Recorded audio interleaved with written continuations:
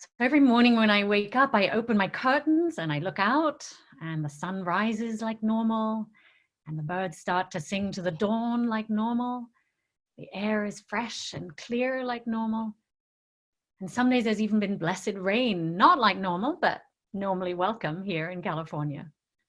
Because most days here it's sunny and beautiful like normal. Yet nothing is quite normal now, is it? As we isolate into our homes and life as we know it transforms, there's nothing normal about it. When have we ever experienced the whole world going through something at the same time like this? Usually our disasters, our tragedies or wars are local, and we have to explain them to others who are far away, who aren't affected. And now when I talk to my mother in England, or my brother on the East Coast, or my friend in France, we're all experiencing the same thing. Everything is changing, from the way we do business, to how we schedule our daily lives, to our work, our education, our socializing and family life. Everything is changing at the same time for the entire world, which is so unusual. And in a strange way, I think that's actually a gift. It's a real leveler, because it shows how interconnected we all are. In fact, I think it's a living example of our UU theology that we are all interconnected. And what one person does affects the larger whole. Indeed, how each of us acts during this time of social distancing can actually save another's life. That's how interconnected we all are right now. And in fact, always, but we don't usually notice it in the same way. This is actually the embodiment, I think, of that old metaphor of a butterfly flapping its wings in Indonesia, causing a ripple effect all over the world, isn't it? No one, literally no one, except perhaps in the most remote places on this planet, can escape this interdependence. I think there's also an opportunity here, don't you think? A huge opportunity for us all to collectively come up with new ways of doing things, just like we're doing here, new ways of being, new ways of caring for each other, and new ways of living on this planet. Despite our natural fear, it's actually an extraordinary chance for us all to be catapulted into reaching out more, understanding each other better, and forming new connections and global community. Other than the whole world being invaded by aliens from outer space, how else experience such an immediate, fast-moving opportunity for global transformation? It's almost like our planet is giving us a message that fires, floods, hurricanes, and earthquakes alone couldn't do. It's time to come together, it says. It's time for profound change, and that time is now. We cannot wait anymore. My friends, we all react differently to these times. Some of us may be going through waves of anxiety and fear, which of course is a really natural response to the unknown. Whether it's fear of the virus or illness or job loss or financial worries or homelessness or loneliness and cabin fever, or whether it's the impact on our family and on our friends and communities and all the cancellations of precious events in our lives. There's no shortage of things to worry about. We're dealing with a complete unknown after all, and humans generally don't deal well with uncertainty. We like things to remain fairly predictable. And at this time, nobody can tell us definitively it's going to be okay, and that what okay is even going to look like. It's hard to reassure us because none of us has actually been through this.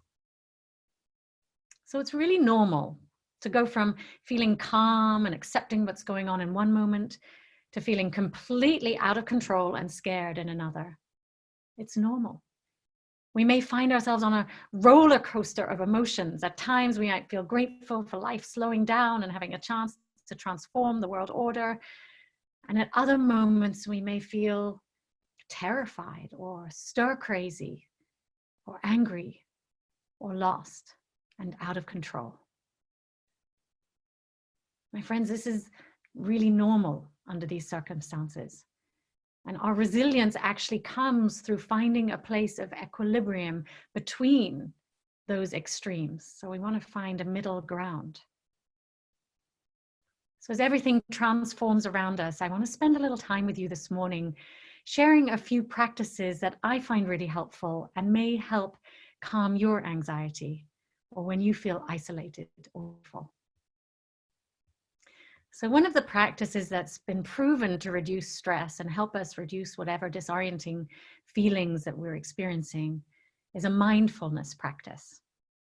And I like to call it notice and name, or Nona, which is actually the short name for an Italian grandmother. So let's think of all of our virtual Italian grandmothers calming us down with a big plate of spaghetti and leading us into this mindfulness practice. Okay, so let's try it.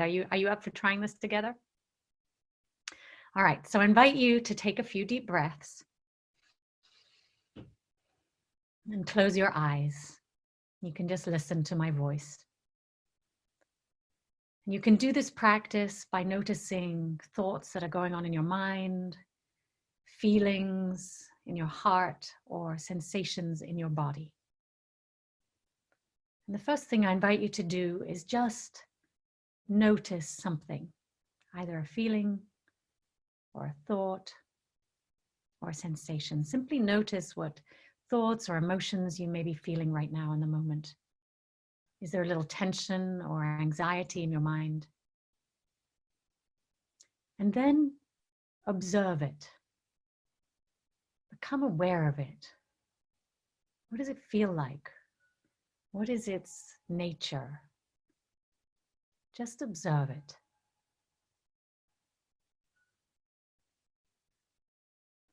And the next thing I invite you to do is to name it. See if you can sit with it long enough with curiosity so that you can actually name it, like, there's anxiety. There's my anxiety. And then finally, just accept it. Breathe, be with it. Just accept it. Have compassion for that experience, that anxiety. Don't run away from it or try to get rid of it. Just notice it again. There's my anxiety. Eventually, it's likely to lessen or dissipate after it's been given enough attention. So now scan your mind, body, or heart for another thought or sensation or feeling. Perhaps you'll notice tightness in your back, in your lower back, or in your belly. Simply notice it. Oh, there's that tightness. Oh yeah, then observe it. Oh, it's in my belly, or that hurts on the right side, or there's that ache in my lower back again. And then name it. Belly tension or back pain. And then accept it. Yeah, there it is again. There's that belly tension or backache. And then breathe, just breathe into it. So the steps are simply N for notice. Someone might want to write this in the chat. O for observe, N for name, and A for accept. Notice, observe, name, and accept. So anytime you can, when you're noticing a pain in your body or you're noticing you're feeling fearful, or whatever is coming up for you, take a moment and take stock. Take stock of what's going on. Notice it, observe it, name, and accept it. You may notice that engaging in this kind of mindfulness helps calm your feelings, thoughts, and sensation, and it might help you actually move from reaction to awareness. And from that place, you have more freedom to choose your next response. So I invite you to practice this during the week. And next Saturday, when we have our community check-in, it would be great to hear how you've done with your Nona practice, okay? So try it out and let us know how it went for you next Saturday. And now feel free to open your eyes again if you like, or keep them closed as is comfortable for you. Here's another idea I want to share with you. If you're living alone, or if you're someone who likes a good amount of social interaction, you're an extrovert, find a buddy and call each other every day. And by call, I don't mean text. These times call for calls, even if you're just leaving supportive voicemail for each other. Consider Skype or Zoom or FaceTime as often as you're comfortable with that. And I invite you to check in on a daily basis and just give each other the chance to share how you're doing. I call it emptying your basket. So imagine you have a basket full of all your feelings and everything that's going on for you. And you're going to pour out the contents of this basket and just listen actively for as long as it takes without interrupting. And after that, you might agree to offer feedback or reflections on what was in your basket and what people have shared. And then switch around so that the other person gets a chance to empty their basket. The important thing is that you don't interrupt, which is tricky on the phone or with video delays, but if you can manage it, each person truly gets the chance to download everything on their heart and mind, and we get to practice active listening. So this week, if you like, I'd like to invite you to find a buddy and connect with them daily at an appointed time. And it may or may not be someone that you live with, or if you live alone, find someone else who lives alone and call them. It'll really help you during these days and weeks that we are socially isolated. And I also invite you to keep your bodies moving during this time. If you can, get outside on a balcony or in your backyard, or go for a walk in nature, or just on the sidewalk. Move your body however you can, yoga or Tai Chi, or a dance video, or exercising in some way. And then, of course, another great thing to do is to listen to music that you love. Let it accompany your moods or transform them. And there are lots of free concerts online right now, amazing music that we normally don't get access to online. It's being broadcast for us all to enjoy. So make the most of that. And then here's a very special tip that I want to share with you. I encourage you to take this time to journal and capture everything that you're feeling. So get yourself a beautiful journal or just a pad of paper. And it's a wonderful time to ask love or spirit or your inner wisdom, what do you have to say to me today? And then put your pen to paper and just listen. Listen and write down what love or spirit or inner wisdom may be saying to you. You may get answers flowing from your pen into your journal, or you may not, but give it a try. You may feel held in the arms of love by doing this. So give it a chance. It's almost like the earth is giving humanity a giant time out, isn't it? Making us all sit down, cease our fighting, cease our striving, and just go back to the basics, to just be. In fact, yesterday I had the privilege of going for a walk on the beach, and the water seemed bluer, and the ocean was calm, and the air was clearer. There was barely any smog in the sky, so we had better views. In fact, I could see all the way down beyond Camarillo to the Santa Monica Mountains. And then all of a sudden I saw a pod of dolphins jumping out of the water, playing, and they were really close in, and it was so joyful. And then a few minutes later, I saw the spout of a whale, and the whale breaching up and the fluke coming up a little further out in the ocean. And I couldn't help but think that somehow the animals are grateful for this new peace all around. It was really magical. So my friends, I invite us to let go of control. We can't control this. Surrender to the process. All we can really control is ourselves to some extent, how we act in the face of this and who we choose to be. That is what will impact us and one another most during this time. It's our choice whether to act from fear or with faith. Even when we're afraid, we can choose to have faith in life, in one another, and the natural order. It's our choice whether to act from lack or from love. Love that allows our hearts to be open even during this uncertainty, that will help us make it through this together.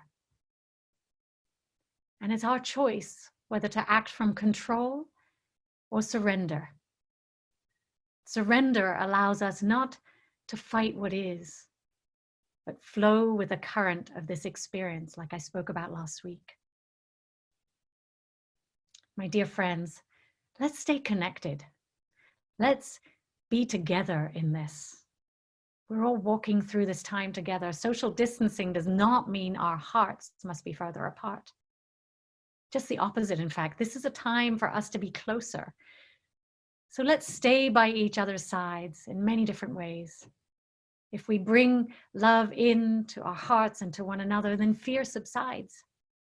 If we stay connected, then isolation vanishes. You know, we're actually really resourceful and resilient as humans. Survival is our shared story. And I know many of you have survived incredible trials. And look at what our ancestors went through. We too can do this, my friends. We have courage, we have resilience, we have creativity and determination. And above all, we have each other. We have each other to walk hand in virtual hand through this. We're so fortunate to have this community in this time. And if you're joining us virtually here for the first time, join us throughout the week for our Zoom events so you too can feel a part of this beautiful, caring, interdependent web. In closing, I wanted to share a poem called Allow by Dana Falls. There is no controlling life. Try corralling a lightning bolt, containing a tornado, dam a stream, and it will create a new channel. Resist, and the tide will sweep you off your feet.